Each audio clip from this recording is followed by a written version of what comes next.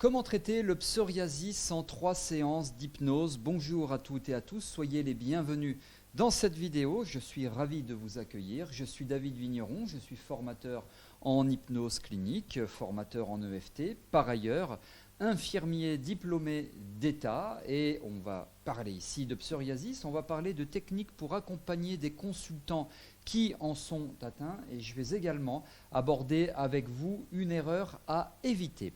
Avant cela, précision, vous pouvez vous abonner à ma chaîne YouTube. Pour cela, cliquez sur le bouton s'abonner et activez la cloche de notification. Allez, on démarre avec le contenu. Donc, comment traiter le psoriasis en 3 séances d'hypnose? Alors, j'ajoute en plus parce que ce ne sera pas nécessairement seulement 3 séances, 3 séances d'hypnose en tout, ça peut être un petit peu moins. On va voir ça. Donc, il y a d'abord une erreur à ne pas commettre qui est de ne pas procéder à une prise en charge globale. Vous devez vraiment procéder à une prise en charge globale, tant sur le fond que sur la forme. Sur le fond, eh bien, c'est le psoriasis en lui-même, donc travail sur la représentation physique, sur l'aspect physique en tant que tel du psoriasis. Ça, c'est quelque chose de très important, les impacts que ça génère chez la personne, etc. Et également sur plutôt l'aspect forme, gestion du stress, etc. Donc ce sont vraiment deux choses primordiales qui sont à prendre en compte. Je vois parfois des praticiens qui commettent ces erreurs, qui focalisent uniquement sur le psoriasis, par exemple qui demandent d'imaginer aux consultants d'imaginer une belle plage à la mer, ils sont super bien, et puis ils imaginent que le psoriasis régresse. Pourquoi pas? Parce que il y a un lien entre le corps et l'esprit, dans la mesure où le cerveau fait pas la différence entre le réel et l'imaginaire, mais néanmoins, il ne faut pas travailler que sur ça. Ce serait, c'est à mon sens insuffisant. Alors, le premier point, c'est de travailler sur les causes. Pourquoi est-ce que ce psoriasis est survenu? Très souvent, très souvent, d'ailleurs les dermatologues le disent, il y a une composante anxiogène, une composante mentale liée au stress. Donc, quelle est la cause? Il n'y a pas que ça. Moi, j'ai rencontré des personnes, alors, si vous voulez, j'en ai pas fait en tant que tel une spécialité à part entière du psoriasis. Je m'explique, j'ai eu beaucoup de personnes, j'en ai un petit peu moins maintenant parce que je freine mon activité en cabinet tout simplement, mais beaucoup de personnes qui sont venues me voir pour des problématiques de psoriasis et pour lesquelles je cherchais une cause. Il n'y a pas forcément toujours une cause, mais j'en ai parfois retrouvé du type rupture sentimentale, du type j'ai eu un burn-out, j'ai eu un monsieur comme ça, burn-out, le patron m'a harcelé, je ne rentre pas dans les détails de ce qu'il m'a raconté, ce serait un petit peu trop long. Et quand tout ça s'est terminé, il y a eu une espèce de trop-plein et j'ai fait une poussée, j'ai déclenché un psoriasis. Vous voyez, ce genre de choses, le stress chronique également, voilà. Mais c'est vraiment fondamental, à mon sens, très important de travailler sur la cause. Alors, moi, je suis assez quand même orienté thérapie-solution. Travailler sur les solutions, travailler sur les conséquences, orienté thérapie-conséquences, je pourrais dire. Oui, vraiment, c'est fondamental. Mais pensez également à travailler sur les causes. Je crois que c'est là aussi très important. J'ai eu le cas d'une jeune fille, une vingtaine d'années, qui a déclenché un psoriasis 2 ans avant que je la voie. Elle avait en gros 17-18 ans, suite à la mort de sa grand-mère. Alors, ça a été assez long, la mort de sa grand-mère. C'était une maladie, etc. Je ne rentre pas là non plus dans les détails. Et elle a déclenché le psoriasis. Donc là, on se retrouve sur un travail qui... Alors, ok, il y a le travail sur le psoriasis, mais il y a aussi le travail sur la cause en elle-même, qui est un travail de deuil. Donc, on commence finalement à travailler, on se dit, tiens, ça va être, je mets des guillemets, tranquille, facile, je vais travailler sur un psoriasis. Et puis en fait, vous vous retrouvez à travailler sur un travail de deuil, qui est indispensable. Mais attention, il y a quand même un palier au-dessus, s'agissant du travail de deuil. Il ne faut pas faire n'importe quoi, comme dans n'importe quelle problématique d'ailleurs. Premier point. Deuxième point, je vous l'ai dit tout à l'heure, pensez bien à travailler sur le stress. Moi, je vous propose de travailler sur une échelle d'évaluation du stress. Alors, c'est stress, angoisse, anxiété, c'est HAD, l'échelle HAD, Hospital Anxiety Depression, une échelle d'anxiété-dépression. C'est très intéressant parce que ça vous permet d'évaluer à combien votre consultant est angoissé et stressé. Même s'il n'est pas angoissé et stressé, travaillez toujours dessus.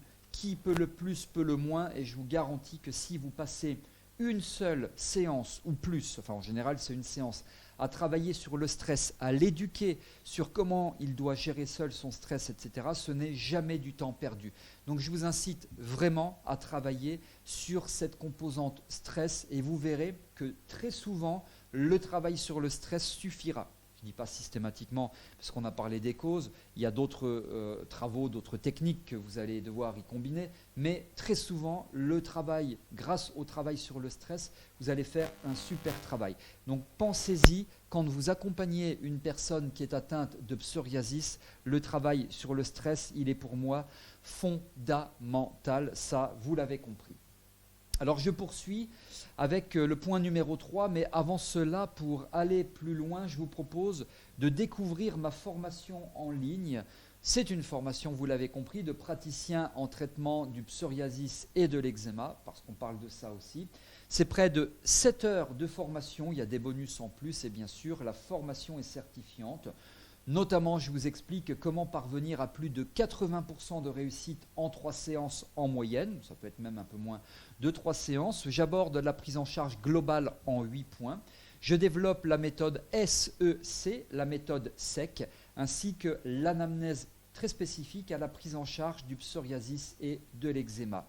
Comment traiter les démangeaisons, etc. Vous y trouvez absolument tout et en plus la formation praticien en hypnose, hypnose pratique, ainsi qu'entre autres le script hypnotique Adieu Psoriasis qui en plus est offert. Et c'est pas tout, vous allez pouvoir découvrir l'ensemble de ce que je vous propose. C'est sous cette vidéo, découvrez-le, profitez-en. C'est selon moi la formation que tout thérapeute devrait suivre pour obtenir plus de 80% de réussite dans la prise en charge du psoriasis ou de l'eczéma. Et donc je poursuis, la troisième technique que vous allez pouvoir utiliser, eh bien c'est la visualisation. Alors il n'y a pas que ça bien sûr, il y a beaucoup d'autres choses.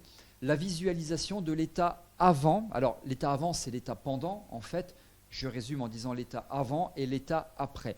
L'état après c'est la futurisation positive très spécifique parce que là on est vraiment focus sur le psoriasis, c'est voilà. Comment vous imaginez votre peau à cet endroit-là, si par exemple c'est au niveau du poignet, après la prise en charge, quels sont vos objectifs s'agissant de précisément cet endroit-là. Donc c'est vraiment l'avant et l'après. Souvenez-vous, ce que les neurosciences nous enseignent, c'est acté, ça c'est prouvé, que le cerveau ne fait pas la différence entre le réel et l'imaginaire. Donc à ce cerveau, vous allez lui proposer d'imaginer une peau intacte, parce que c'est quand même très souvent ce que le consultant voudra, d'une part, donc très puissant, les neurosciences nous le disent, et deuxièmement, vous allez pratiquer cela en état modifié de conscience, avec quand même une hypnose assez profonde, donc induction et approfondissement de transe hypnotique. Donc c'est vraiment la visualisation de l'état avant et après. Bien sûr, ça requiert une anamnèse assez précise par rapport à ce que votre consultant souhaite avant, enfin par rapport à ce qu'il a maintenant, par rapport à ce qu'il visualise maintenant, au-delà de ce qu'il y a réellement, comment il le visualise, comment est-ce qu'il se représente intérieurement. Donc, par rapport au maintenant, donc, et également par rapport à ce qu'il anticipe, par rapport à ce qu'il veut dans l'après. Et l'après, c'est par rapport à l'atteinte aussi, j'établis le lien bien sûr, à l'atteinte de son objectif. Pensez toujours quand vous travaillez sur l'avant, le pendant, après, à connecter votre consultant, c'est très important, sur le focus interne, sur le ressenti, sur le synesthésique. C'est très important. Parce que vous le branchez aussi, et c'est d'ailleurs globalement l'objectif de l'hypnose, vous le branchez aussi sur le focus interne. Et donc ça peut être également l'état pendant, l'état maintenant, et l'état futur, celui que je souhaite acquérir. Enfin, que votre consultant souhaite acquérir. Voilà tout ce que je souhaitais vous expliquer ici dans cette vidéo. Merci pour votre attention. Si vous avez aimé le contenu, vous pouvez liker en cliquant sur le pouce bleu. Et si vous avez des questions, c'est sous cette vidéo que vous pouvez également partager à toutes les personnes qui sont susceptibles d'être intéressées. Je vous affiche là d'autres vidéos qui pourraient vous intéresser. Merci pour votre confiance. À très bientôt.